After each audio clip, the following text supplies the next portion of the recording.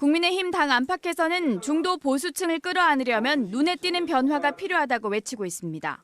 하지만 국민의힘 지도부는 윤석열 전 대통령과 절연하지 못한 채 콘크리트 지지층에만 매달려 있습니다. 이런 가운데 홍준표 전 대구시장이 당을 향해 자진 해산만이 답이라고 재차 경고했습니다.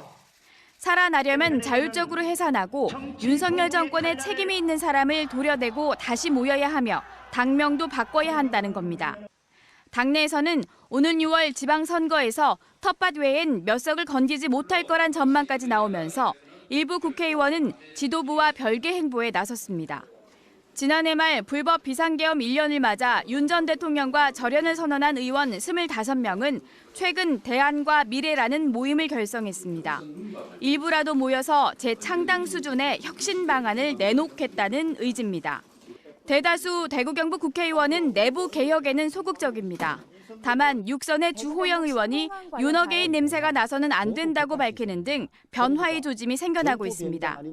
선거가 다가오면서 초라한 성적표를 받아들이지 않기 위해선 극적인 태세 전환을 보일 거란 전망도 나옵니다.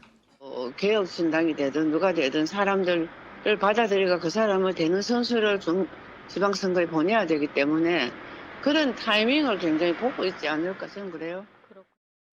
하지만 분위기 전환에 앞서 불법 계엄에 대한 뼈아픈 사과와 반성이 선행되어야 한다는 목소리가 높습니다. 처절한 반성이 있어야 될 것 같다는 생각이 듭니다. 반성하지 않으면 국민들이 국민의힘을 믿지 못할 거라고 생각이 되고 이 반성의 첫 번째 출발점은 당연히 윤석열과의 절연이 되겠죠.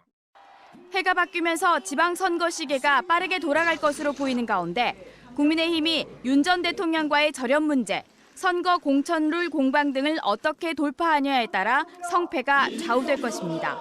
MBC 뉴스 권윤수입니다. 현충원 참배를 새 일정으로 시작한 국민의힘 장동혁 대표는 백성은 나라의 근본이고 정치는 백성을 잘 보살피는 데 있다는 뜻의 민유 방본 정제양민을 방명록에 남겼습니다. 정치의 기본은 국민을 섬기는 것입니다. 국민의 삶을 생각하면 선거의 승리는 따라올 것이라고 생각합니다. 선 자강, 후 외연 확대를 표방하는 장 대표의 의지가 담긴 걸로 보이는데 함께 당 신년 인사회에 참석한 오세훈 서울시장은 장 대표에게 진정성 있는 사과를 요구하며 직격탄을 날렸습니다. 계엄으로부터 당이 완전히 절연을 해야 될 때가 온 것 같습니다. 그동안 기다릴 만큼 기다렸고 또 참을 만큼 참았다고 생각합니다.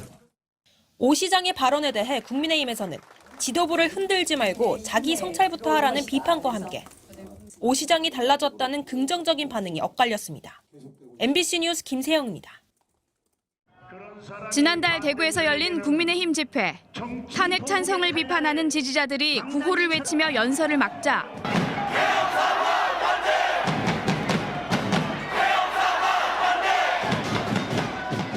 국민의힘 6선 의원인 주호영 국회 부의장이 윤어게인 지지자들과 언쟁을 벌입니다. 집회를 도와주시려면 그래 하시면 안 돼. 나중에 연설하는 게 그러면 안 돼요. 열흘 뒤인 오늘 대구에서 열린 정책 토론회. 주 부의장은 작심한 듯 계엄과 함께 윤석열 전 대통령에 대해 폭정이었다고 비판했습니다. 같이 일하던 대통령에 대해서 폭정이라는 단어를 쓰는 것 자체가 저도 마음이 무겁습니다만은 계엄도 마찬가지이고 또 계엄을 왜 했는지 알 수 없다며 탄핵할 이유도 충분했다고 지적했습니다. 그런데 군사상의 필요가 있는 것도 아니고 김건희 여사 특검을 막으려고 했던 것이 아닌가 짐작만 할 뿐입니다. 특히 지방선거를 앞두고 윤어게인을 계속 외치는 당내 분위기에도 일침을 가했습니다.